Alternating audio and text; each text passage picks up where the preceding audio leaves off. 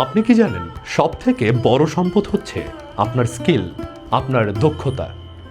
আপনাদের একটা ঘটনা শোনাই, শুনুন তাহলে।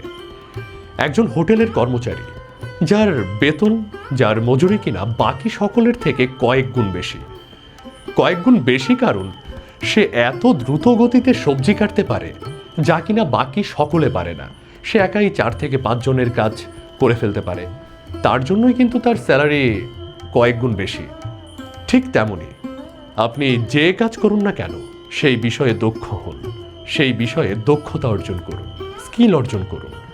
হয়তো সেই কাজ 1000 জন করছেন, কিন্তু সেই 1000 জনের মাঝে আপনি এমন দক্ষ হন, এমন স্কিল ডেভেলপ করুন যার কাছাকাছিও যেন কেউ না আসতে পারে।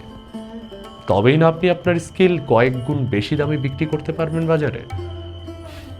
ভালো থাকবেন, সুস্থ থাকবেন, এই কামনাই করি। টাটা।